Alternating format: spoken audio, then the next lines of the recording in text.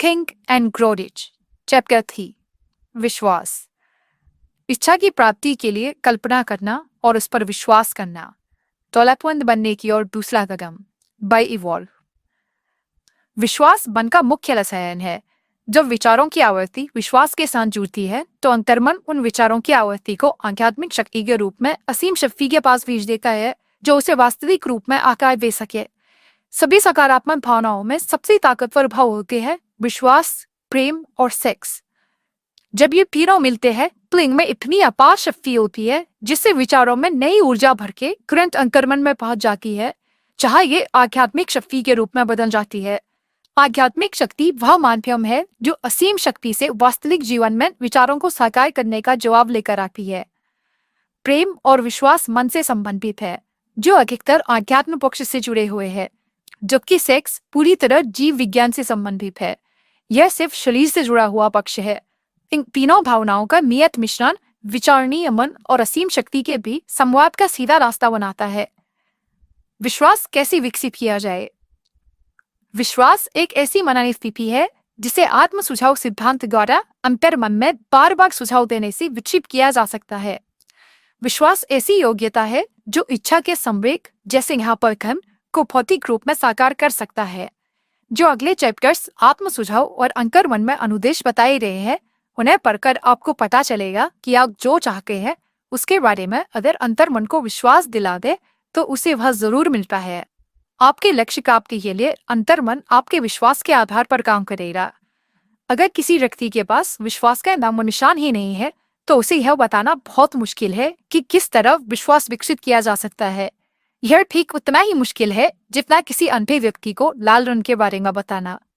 विश्वास एक मन स्थिति है जिसका विकास किताब में दिए गए इन 13 सिद्धांतों पर महारत हासिल करने के बाद किया जा सकता है। बार बार अपने मन में सुझाव डालना ही खुद से भावनाएं विकसित करने का एकमात्र जरिया है।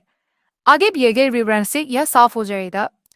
जो सुझाव आप मन में डालते हो वही बन जाते हो, यहाँ तक कि अपराधी भी।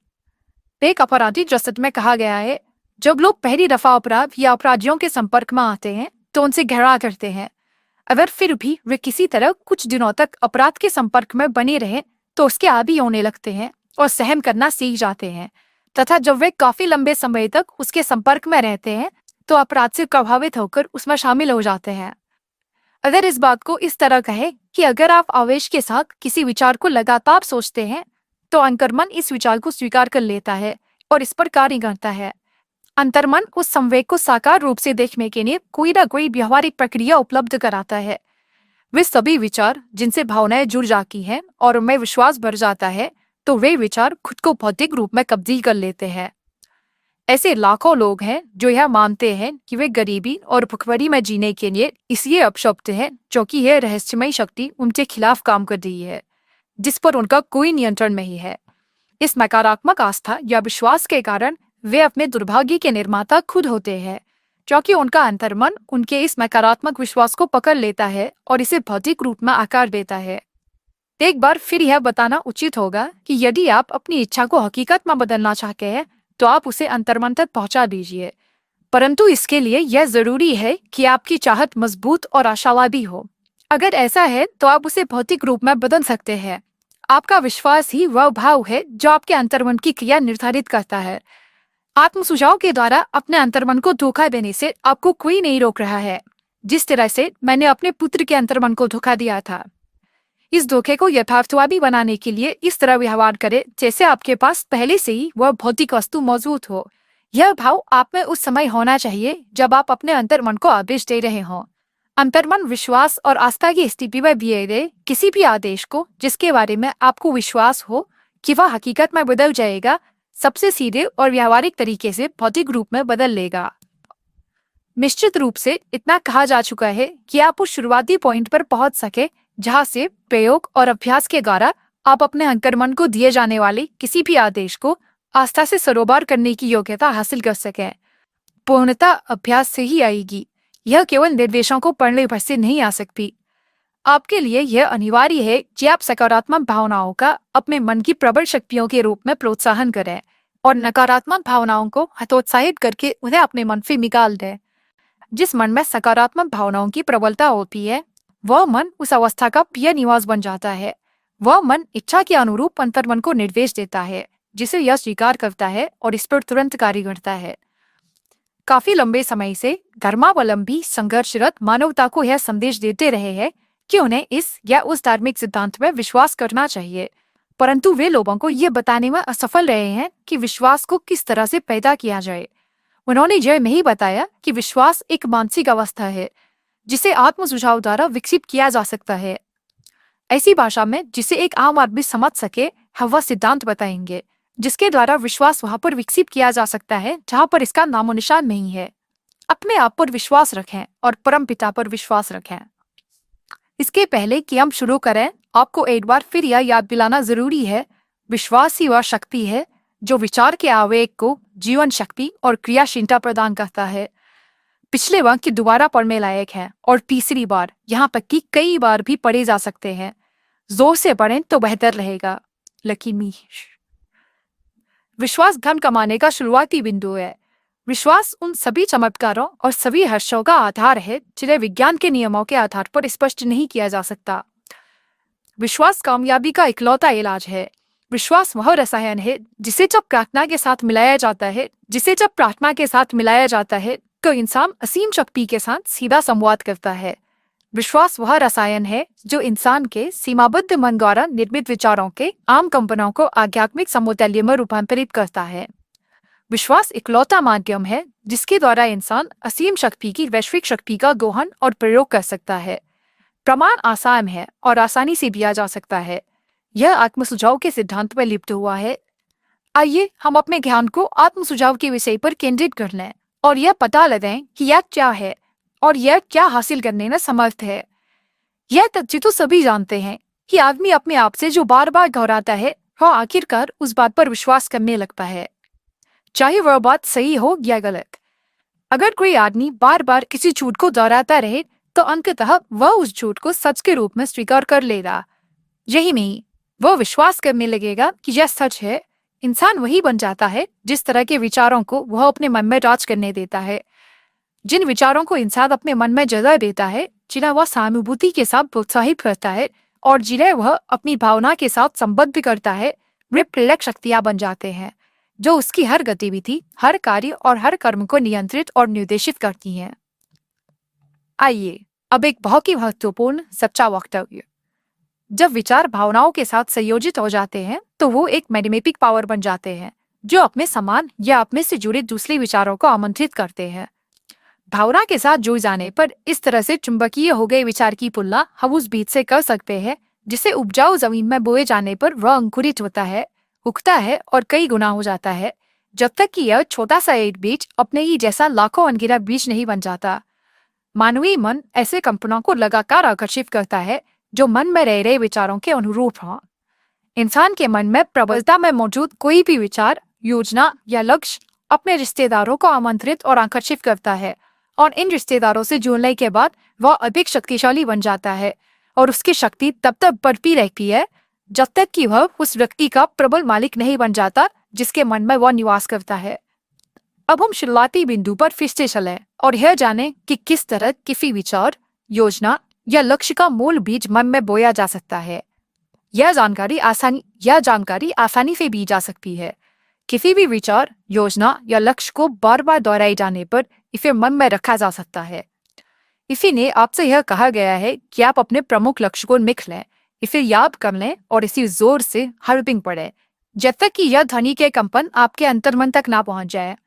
दुर्भाग्यशाली माहौल के प्रभावों को हटाने का संकल्प करें और अपने जीवन को सही पटरी पर ले आए। अपनी मानसिक संपत्ति और दायित्वों का हिसाब लगाएं और आप पाएंगे कि आपकी सबसे बड़ी कमजोरी है आत्मविश्वास की कमी। आप आत्मसुझाव के सिद्धांत की मदद से इस कमी या अड़चन को खत्म कर सकते हैं और अपने संकोच को साहस में बदल सकते हैं। इस सिद्धांत का प्रयोग कुछ सकारात्मक विचारों के आसान प्रयोग द्वारा किया जा सकता है। आपको सिर्फ इतना करना है कि आप इन सकारात्मक विचारों को लिख लें, याद कर लें और बार बार पढ़ें जब तक कि ये आपके अंतर्मन के सक्रिय उपकरण का हिस्सा न बन जाए। आत्मविश्वास का फॉर्मूला। पहला, मैं जानता हूँ कि मुझ में जीवन के निश्चित लक्ष्य को हासिल करने की योग्यता है और इसलिए मैं खुद से यह अपेक्षा रखता हूँ कि मैं इसे हासिल करने के लिए निरंतर लगन से कार्य करूंगा, और मैं यहाँ पर अभी वादा करता हूँ कि मैं इसी तरह से कार्य करूंगा। दूसरा, मुझे एहसास है कि मेरे मन के प्रबल विचार अंततः अपने आप को बाहरी भौतिक कार्यों में बदल लेंगे और धीरे धीरे अपने आप को भौतिक रूप में रूपांतरित कर लेंगे। इसलिए मैं अपने विचारों को हर दिन 30 मिनट तक इस बात पर एकाग्र करूंगा कि मैं किस तरह का इंसान बनने के बारे में सोच रहा हूँ, ताकि मेरे मन में इसकी एक स्पष्ट तस्वीर रहे। तीसरा, मैं जानता हूँ कि आत्म सुझाव के सिद्धांत के प्रयोग के द्वारा वह अंततः किसी प्रैक्टिकल तरीके के द्वारा अपने आप को भौतिक रूप में बदल लेगी और मुझे वह वस्तु हासिल हो जाएगी जिसका मैंने लक्ष्य बनाया है। इसलिए मैं हर दिन 10 मिनट इस काम में दूंगा कि मैं आत्मविश्वास का विकास करूं। चौथा, मैंने स्पष्ट रूप से जीवन में अपने प्रमुख निश्चित लक्ष्य का वर्णन लिख दिया है और मैं कोशिश करना कभी नहीं छोड़ूंगा जब तक कि मुझ में इसे हासिल करने का पर्याप्त आत्मविश्वास विकसित ना हो जाए। पांचवा, मुझे पूरी तरह एहसास है कि कोई भी संपत्ति या पद तब तक लंबे समय तक नहीं बना रह सकता जब तक कि यह सत्य और न्याय पर आधारित ना हो। इसलिए मैं किसी भी ऐसी गतिविधि में संलग्न नहीं होऊंगा जिससे इससे प्रभावित होने वाले सभी लोगों को लाभ ना हो। मैं इसी शक्तियों को अपनी तरफ आकर्षित करके सफलता पाऊंगा जिनका मैं प्रयोग करना चाहता हूँ, और मैं दूसरे लोगों के सहयोग के द्वारा सफलता पाऊंगा। मैं दूसरे व्यक्तियों को प्रेरित करूंगा कि वे नेहरू सेवा करें, क्योंकि मैं हमेशा दूसरों की सेवा करने का इच्छुक रहूंगा। मैं सारी मानवता के प्रति प्रेम विकसित करूंगा और घृणा, ईर्ष्या, स्वार्थ और दोष देखने की आदत को अपने मन से दूर करूंगा, क्योंकि मैं जानता हूँ कि दूसरों के प्रति नकारात्मक नजरिया रखने से मुझे कभी सफलता नहीं मिल सकती। मैं ऐसे काम करूंगा जिससे दूसरे को मुझ पर विश्वास हो, क्योंकि मैं उनमें और अपने में विश्वास रखूंगा। मैं इस फॉर्मूले पर अपने हस्ताक्षर करूंगा और इसे याद कर लूंगा और इसे हर दिन जोर जोर से पढ़ूंगा। ऐसा करते समय मुझे पूरा विश्वास होगा कि यह मेरे विचारों और कार्यों को धीरे धीरे प्रभावित करेगा, ताकि मैं एक स्वावलंबी और सफल व्यक्ति बन सकूं। इस फॉर्मूले के पीछे प्रकृति का एक नियम है जिसे अब तक कोई आदमी स्पष्ट नहीं कर पाया है। इस नियम को आप किस नाम से पुकारते हैं यह महत्वपूर्ण नहीं है।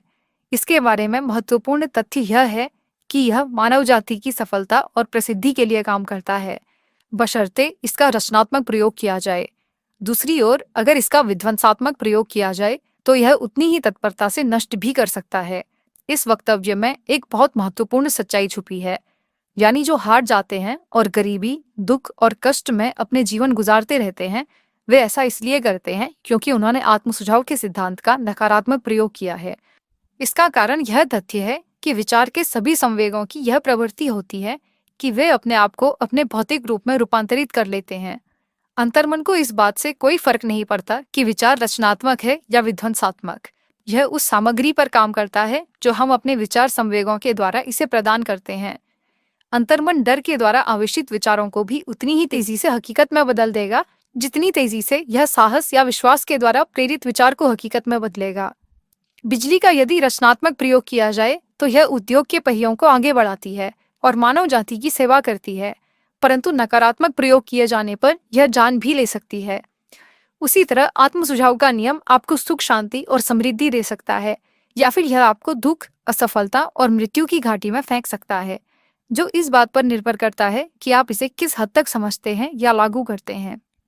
अगर आप अपने मन में डर, शंका और अविश्वास भर लेते हैं, अगर आप यह मानते हैं कि आप में असीम शक्तियों के साथ जुड़ने और उनका प्रयोग करने का सामर्थ्य नहीं है, तो आत्म सुझाव का नियम इस अविश्वास के भाव को लेगा और इसे सांचे में ढाल लेगा, जिसके द्वारा आपका अंतर्मन इसको भौतिक रूप में बदल लेगा, उस हवा की तरह जो एक जहाज को पूर्व दिशा में ले जाती है और दूसरे को पश्चिम दिशा में।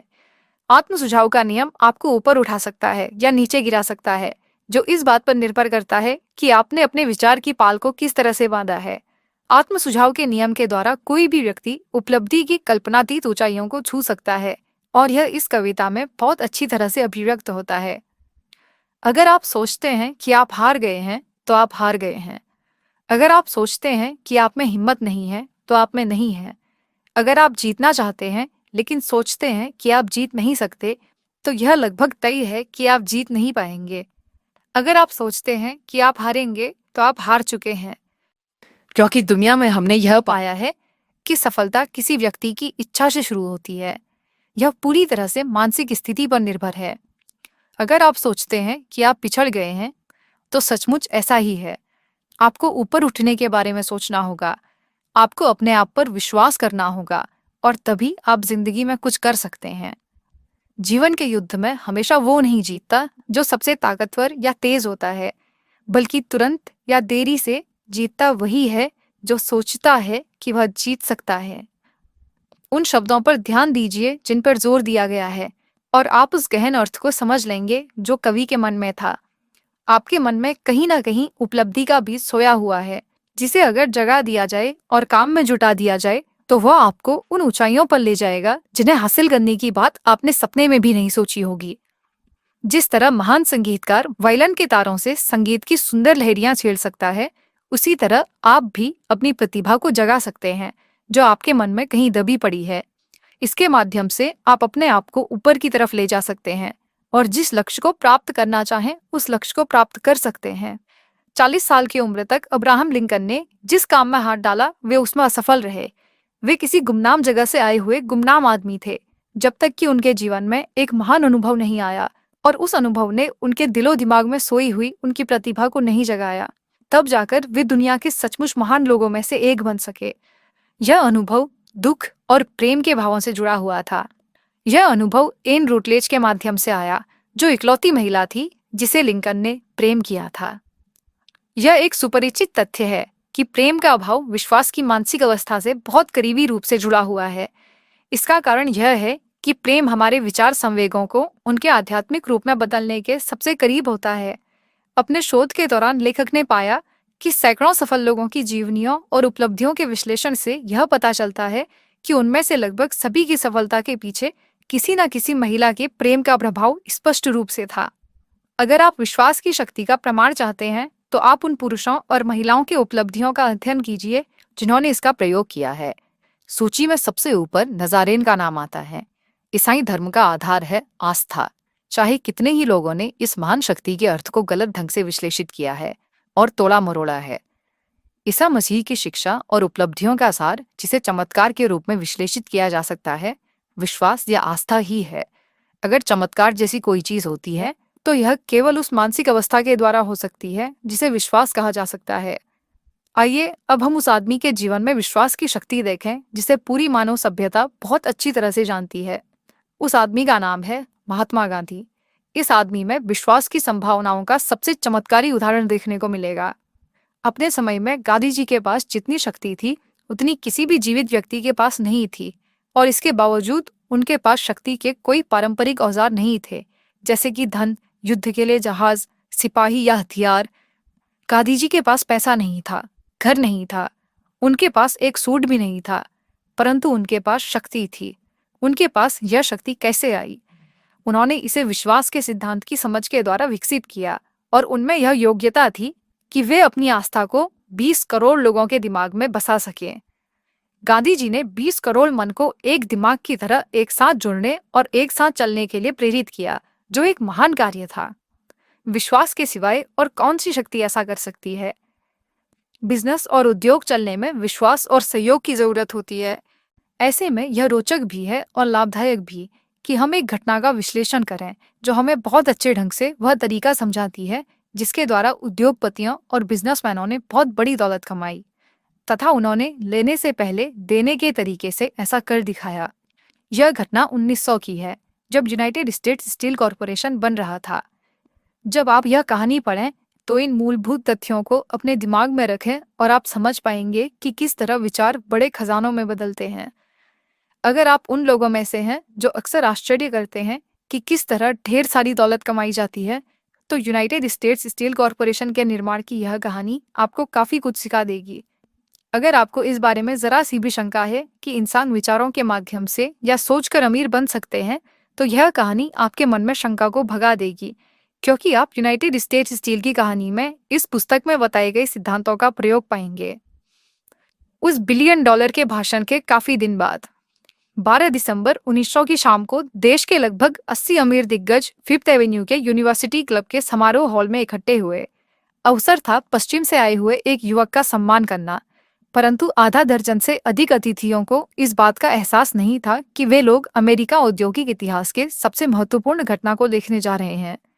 जे एडवर्ड सिमंस और चार्ल्स स्टीवर्ट स्मिथ के हृदय कृतज्ञता से भरे थे, क्योंकि जब वे हाल ही में पिट्सबर्ग गए थे तो चार्ल्स एम श्वाब ने उदारतापूर्वक मेहमान नवाजी की थी और उनका अद्भुत अतिथि सत्कार किया था। सीमंत और स्मिथ ने 48 साल के श्वाब से पूर्व बैंकिंग सोसाइटी का परिचय करवाने के लिए इस डिनर का आयोजन किया था, परंतु उन्हें आशा नहीं थी कि वे इस समारोह में हंगामा खड़ा कर देंगे। उन्होंने उन्हें यह चेतावनी दी थी कि न्यूयॉर्क के लोग भाषण की कला को पसंद नहीं करेंगे और उनसे प्रभावित नहीं होंगे, तथा यदि वे स्टीलमैन, हरीमे और वॉल्डबीट जैसे श्रोताओं को बोर नहीं करना चाहते तो बेहतर होगा कि वे अपने भाषण को 15 या 20 मिनट तक सीमित रखें और फिर अपनी बात खत्म कर दें। जॉन पियरपॉन्ट मॉर्गन अपने उच्च पद के कारण शॉप की दाईं तरफ बैठे हुए थे। वे भी इस समारोह में सिर्फ कुछ देर तक ही ठहरने वाले थे, और जहां तक प्रेस और जनता का सवाल था, पूरा मामला इतना महत्वहीन था कि अगले दिन इस समारोह का जिक्र किसी भी अखबार में नहीं छपा। दोनों मेजबानों और प्रख्यात अतिथियों ने अच्छी तरह से डिनर किया। बीच में बहुत कम चर्चा हुई, और जितनी हुई वह भी तनाव के माहौल में हुई। बहुत कम बैंकर और ब्रोकर श्वाब से मिले थे, जिसका करियर मोनोंगेहिला के किनारे पर परवान चला था और उसे कोई भी अतिथि ठीक से नहीं जानता था। परंतु शाम खत्म होने से पहले उन सभी और मनी मास्टर मॉर्गन के पैरों तले जमीन खिसक गई और $1 बिलियन के यूनाइटेड स्टेट स्टील कॉरपोरेशन का बीज बोया गया। इतिहास के लिहाज से शायद यह दुर्भाग्यपूर्ण है कि उस डिनर में चार्ल्स श्वाब के दिए हुए भाषण का कोई रिकॉर्ड नहीं है। शायद यह एक घरेलू भाषण होगा जिसमें ग्रामर की कई गलतियां होंगी, क्योंकि श्वाब भाषा की शुद्धता पर ज्यादा ध्यान नहीं देते थे, और उस भाषण में सूक्तियां और चुटकुले भी होंगे। परंतु इनके अलावा उसमें एक प्रबल शक्ति थी जिसका उन $5 बिलियन के लगभग की संपत्ति वाले श्रोताओं पर अविस्मरणीय प्रभाव पड़ा। जब यह 90 मिनट का भाषण समाप्त हुआ और जब श्रोता इसके जादू के कारण अब भी मंत्रमुग्ध थे, तो मॉर्गन वक्त को एक खिड़की के पास अलग ले गए, जहां चौखट पर बैठकर और पैरों को नीचे लटकाकर उन्होंने 1 घंटे तक चर्चा की। श्वाब के व्यक्तित्व का जादू पूरी शक्ति से काम कर रहा था, परंतु इससे भी अधिक महत्वपूर्ण और अधिक स्थायी वह पूर्ण और स्पष्ट प्रोग्राम था जो उन्होंने स्टील के विस्तार के लिए प्रस्तुत किया था। कई और लोगों ने मॉर्गन की रुचि जानने की कोशिश की थी कि वे स्टील के लिए भी उसी तरह का ट्रस्ट बनाएं, जिस तरह बिस्किट, वायर और हुप, शक्कर, रबर, विस्की, तेल या च्युइंगम के लिए बना रखा था। जॉन डब्ल्यू गेट्स नाम के गैम्बलर ने भी इसका प्रस्ताव रखा था, परंतु मॉर्गन को उस पर भरोसा नहीं था। बिल और जिम मूर, जो शिकागो में स्टॉक जोबेर थे और जो एक मैच ट्रस्ट और क्रैकर कॉरपोरेशन बना चुके थे, उन्होंने भी इसका प्रस्ताव रखा था, परंतु वे भी असफल हुए थे। देहात के वकील एल्बर्ट एच केरी भी यही चाहते थे, परंतु वे इतने बड़े नहीं थे कि उनकी बातों का प्रभाव पड़े। सिर्फ श्वाब की वाक्यपटुता ही जेपी मॉर्गन को ऊंचाइयों तक ले जा सकी, जहां से वह ये देख पाए कि इस साहसिक आर्थिक कार्य के कितने जबरदस्त परिणाम निकलेंगे। हालांकि आसानी से पैसे कमाने वाले लोगों की नजर में यह विचार एक पागलपन भरा सपना ही था। आर्थिक चुंबकीय एक पीढ़ी पहले शुरू हुई थी और इसने स्टील जगत में हजारों छोटी और कई मामलों में अक्षमता से चलाई जा रही कंपनियों को बड़े और प्रतियोगिता से धराशायी हो चुके कॉरपोरेशन में तब्दील किया था। और यह हसमुख उसीनीच पायरेट जॉन डब्ल्यू गेट्स के द्वारा खोजी गई तकनीकों से संभव हुआ था। छोटी कंपनियों से गट्स पहले ही America steel and wire company बना चुके थे और मॉर्गन के साथ मिलकर उन्होंने फेडरल स्टील कंपनी बना ली। परंतु अगर इनकी तुलना एंड्रयू कार्नेगी के विशालकाय ट्रस्ट से की जाए, जिसके वे स्वामी और संचालक थे, तो यह सारी कंपनियां और कॉरपोरेशन बौने थे, चाहे वे कितनी ही एकता का परिचय दे दें, परंतु वे सब मिलकर भी कार्नेगी साम्राज्य में सुरंग नहीं लगा सकते थे, और मॉर्गन ये बात जानते थे। कार्नेगी भी यह बात जानते थे। स्कीबो कैसल की शानदार ऊंचाइयों से उन्होंने पहले जो रोचकता से और बाद में चिढ़कर देखा कि मॉर्गन की छोटी कंपनियां उनके बिजनेस में किस तरह प्रवेश कर रही हैं। जब यह प्रयास अधिक साहसिक हुए तो कार्नेगी क्रोधित हो गए और उन्होंने प्रतिशोध लेना शुरू कर दिया। उन्होंने यह फैसला किया कि वे अपने प्रतियोगियों की हर मिल को डुप्लीकेट करेंगे। अब तक उन्होंने वायर, पाइप, हुप या शार्ट में कोई रुचि नहीं दिखाई थी। इसके बजाय वे इतने में ही संतुष्ट थे और उन्हें इस अपने मनचाहे आकार में ढलने देते थे। परंतु अब अपने मुख्य और योग्य लेफ्टिनेंट श्वाब के सहयोग से वे अपने दुश्मनों को बर्बाद करने की योजना बना रहे थे। चार्ल्स एम श्वाब के भाषण में मॉर्गन को एक ही समस्या का जवाब मिल गया। कार्नेगी के बिना कोई ट्रस्ट जिसके पास सबसे बड़ी स्टील कंपनी थी, दरअसल ट्रस्ट कहा ही नहीं जा सकता। जैसा एक लेखक ने कहा, यह ऐसा नींबू का शरबत होगा जिसमें नींबू ही ना हो।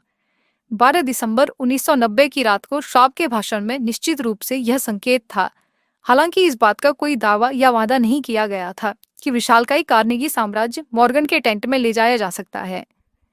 शॉब ने स्टील के भविष्य के बारे में चर्चा की और एक ऐसा सिस्टम बनाने पर जोर दिया जिसमें सक्षमता हो, विशेषज्ञता हो, असफलता मिले तो तालाबंदी हो और सफल वस्तुओं पर प्रयास की एकाग्रता हो, खनिज के आवागमन में बचत हो, ओवरहेड और प्राशंसिक मदों में बचत हो और विदेशी बाजार में सफल प्रवेश हो। यही नहीं, उन्होंने इन लोगों को यह भी बताया कि उनकी पारंपरिक पायरेसी में गलतियां कहाँ हो रही हैं। उन्होंने ऐसा संकेत किया कि उनके बिजनेस का वर्तमान लक्ष्य मोनोपोली बनाना, कीमतें बढ़ाना और इस पूरी प्रक्रिया में खुद को मीठे मीठे डिविडेंड देना था। शॉब ने रोचक अंदाज में इस सिस्टम की आलोचना की। उन्होंने अपने श्रोताओं को यह बताया कि इस तरह की नीति में दूरदर्शिता नहीं है और इसका कारण यह है कि यह बाजार को एक ऐसे युग में संकुचित कर रही थी जिसमें हर तरफ विस्तार का बोलबाला था। उन्होंने यह दावा किया कि स्टील की कीमत कम करने से बाजार का विस्तार होगा, स्टील के अधिक उपयोग खोज हो जाएंगे और विश्व के व्यापार का एक बड़ा हिस्सा उनकी झोली में आ जाएगा। दरअसल हालांकि शॉब को यह बात पता नहीं थी, परंतु शॉब आधुनिक मास प्रोडक्शन के मसीहा थे। यूनिवर्सिटी क्लब का डिनर समाप्त हुआ, मॉर्गन अपने घर लौट गए और शॉब की सुनहरी भविष्यवाणी के बारे में सोचते रहे। शॉब वापस पिट्सबर्ग लौट गए, जहां वे एंड्रयू कार्नेगी का स्टील बिजनेस चला रहे थे। गैरी और बाकी लोग अपने स्टॉक टिकेरस के पास वापस लौट गए, जहां वे अगले कदम का इंतजार करने लगे। इसमें ज्यादा वक्त नहीं लगा। शॉब ने उनके सामने तर्कों का जो भोज रखा था उसे पचाने में मॉर्गन को 1 सप्ताह लगा। उन्होंने अपने आप को पूरी तरह से आश्वस्त कर लिया कि इसका परिणाम आर्थिक अपच नहीं होगी। उन्होंने शॉब को बुलवाया और उन्होंने पाया कि वह युवक जरा संकोची था। शॉब ने संकेत किया कि कार्नेगी इस बात को पसंद नहीं करेंगे कि उनकी कंपनी का विश्वसनीय प्रेसिडेंट वॉल स्ट्रीट के सम्राट के साथ मुलाकात कर रहा है, जबकि कार्नेगी ने यह कसम खाई थी कि वे वॉल स्ट्रीट पर कभी कदम नहीं रखेंगे। फिर जॉन डब्ल्यू गेट्स नाम के बिचौलिए ने यह सुझाव दिया कि अगर शॉब फिलेडेल्फिया में ब्लेवी होटल में जा रहे हैं तो जेपी मॉर्गन भी उसी समय उस होटल में रहेंगे।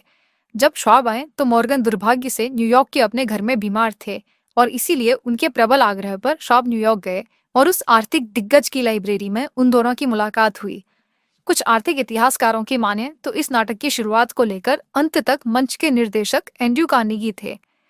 वे यह मानते हैं कि शॉब के डिनर से लेकर उनका प्रसिद्ध भाषण, शॉब और मॉर्गन की रविवार रात मुलाकात तक की सारी घटनाएं चतुर कार्नेगी के दिमाग की उपज थी। परंतु सच्चाई इससे ठीक अलग थी। जब शॉब को इस सौदे को अंतिम रूप देने के लिए बुलाया गया तो वे यह भी नहीं जानते थे कि लिटिल बॉस एंड्रयू कार्नेगी इसे मानेंगे भी या नहीं। वे बेचने के प्रस्ताव के बारे में सोचेंगे भी या नहीं, खासकर उन लोगों को जिनसे वे बुरी तरह जुड़ते थे। परंतु शॉब उस मुलाकात में अपने साथ अपनी ही लिखाई में कॉपर प्लेट के आंकड़ों की 6 शीट लेकर गए, जिनमें यह लिखा हुआ था कि इस नए ट्रस्ट की हर स्टील कंपनी का आर्थिक मूल्य और उसकी संभावित आर्थिक कमाई की क्षमता क्या थी। 4 लोग उन आंकड़ों का विश्लेषण करते हुए पूरी रात बैठे रहे। जाहिर है कि इनमें से सबसे प्रमुख व्यक्तित्व मॉर्गन थे, जिनका धन की दैवी के अधिकार में बड़ा विश्वास था।